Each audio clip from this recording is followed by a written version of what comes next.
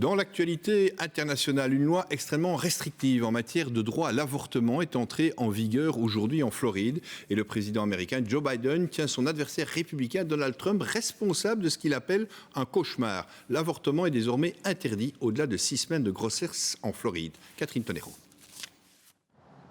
Cette petite clinique de Floride vient de connaître un afflux de patientes désirant interrompre leur grossesse. Jusqu'à aujourd'hui, elle disposait de 15 semaines pour se décider. Mais sur décision du gouverneur républicain de leur État, elles n'en ont plus que 6 désormais. 6 weeks is not really a lot of time. And then I feel like abortion is still going to happen. Whether it happens legally or illegally, it'll happen like on the streets. It'll just be unsafe. So I think Florida should really think it through to keep women safe. Dans cet État, les électeurs devront aussi se prononcer en novembre sur la légalité du droit à l'avortement. I have a daughter who's 34, and it really saddens me that we have gone back in the government has instituted these crazy bans. Women have gained so many rights.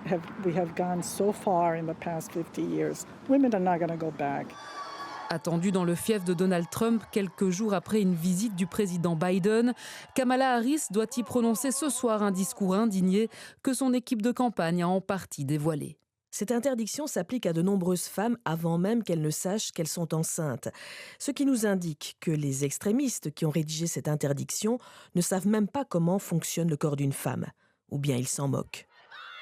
Les interdictions ou restrictions du droit à l'avortement se sont multipliées dans une vingtaine d'États américains depuis que l'ancien président a permis à une Cour suprême très conservatrice de faire voler en éclats la protection fédérale de ce droit, renvoyant la responsabilité à chaque État.